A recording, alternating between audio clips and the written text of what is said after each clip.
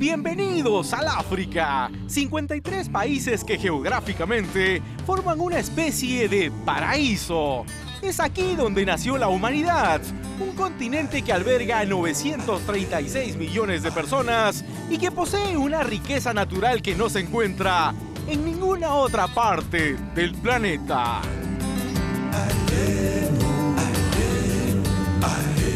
Una riqueza que, lamentablemente, contrasta con la pobreza y las enfermedades que padece la tercera parte de su población, unos 315 millones de habitantes.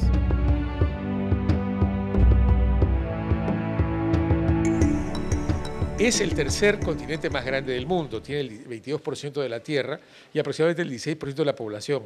Sin embargo, el África es una paradoja, es la región más pobre del mundo. En este mapa se puede observar claramente cuáles son los países que sufren extrema pobreza en este continente. Ahí los tiene: Nigeria, Burkina y Mali. El resto de países, excepto Libia, Argelia y Egipto, que han logrado desarrollar sus economías gracias a convenios con Europa, son también bastante pobres, aunque no han llegado aún a la pobreza extrema. Pero, ¿por qué es tan pobre África? La respuesta es simple. La colonización europea, que fue brutal, sacó los mayores recursos, sobre todo lo que es oro, forestal, metales preciosos y diamantes, y empobreció al África, porque fue una economía de saqueo y no de reinversión. Es cierto, poco queda hoy en el África del Marfil: los diamantes, el petróleo, las riquezas forestales y el oro que algún día hubo. Entre 1880 y 1930, colonizadores franceses, españoles, belgas, portugueses, alemanes y británicos saquearon el continente negro, dejándolo en la miseria, una cruda realidad a la que se suman otros factores. El África ha tenido una historia muy complicada, una historia de guerra, de divisiones y de corrupción. Los datos oficiales de los sistemas de Naciones Unidas plantean lo siguiente: cada año se pierden en África 150 millones de dólares por efecto de la corrupción. En efecto, la corrupción y el África han convivido durante décadas. Basta mencionar a algunos dictadores como el recientemente derrocado Muammar Gaddafi, quien posee una fortuna de 120.000 millones de dólares y que se enquistó en la presidencia de Libia desde 1969. O el también derrocado presidente egipcio Hosni Mubarak, quien tiene en el extranjero más de 70.000 millones de dólares.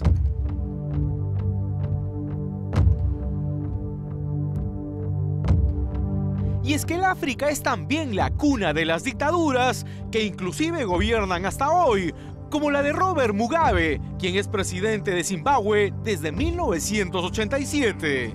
Paul Biya gobierna Camerún desde 1982. Yoweri Museveni gobierna Uganda desde 1986. Denis Sassou Nguesso es presidente del Congo desde 1979 y José Eduardo dos Santos gobierna Angola desde 1979.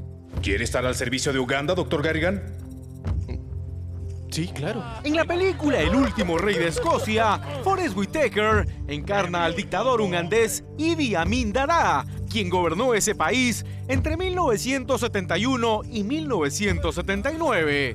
Un militar acusado de asesinar a 300.000 civiles que se opusieron a su régimen dictatorial. La película Diamantes de Sangre, protagonizada por Leonardo DiCaprio, es quizá la mejor gráfica de otro de los males que ha caracterizado a algunos gobiernos africanos. Soldados que llegan hasta los poblados más alejados, secuestran hombres y niños y se llevan los diamantes que luego serán vendidos para comprar más armas y financiar así las guerras civiles. ¡Entren! ¡Vengan aquí! ¡Es todo suyo! ¡Entren! El film El Señor de la Guerra, estelarizada por Nicolas Cage, también se ubica en el África y hace un análisis de esa cadena de explotación real en la que más de 200.000 niños son usados como soldados, esclavos o prostituidos. Esa combinación de saqueo y corrupción ha hecho que la inversión pública en cosas básicas como es salud, educación, tecnología, innovación, hayan sido muy débiles. La Organización de las Naciones Unidas ha instituido este 25 de mayo como el Día de África, un lugar que pese a ocupar el 22% del planeta, produce, créalo, solo el 3% de la industria mundial. Un continente en el que el 80% de sus habitantes subsiste con $1 al día. Un lugar que recibe anualmente 100 millones de dólares de ayuda internacional, pero que tiene una deuda de 22.000 millones de dólares.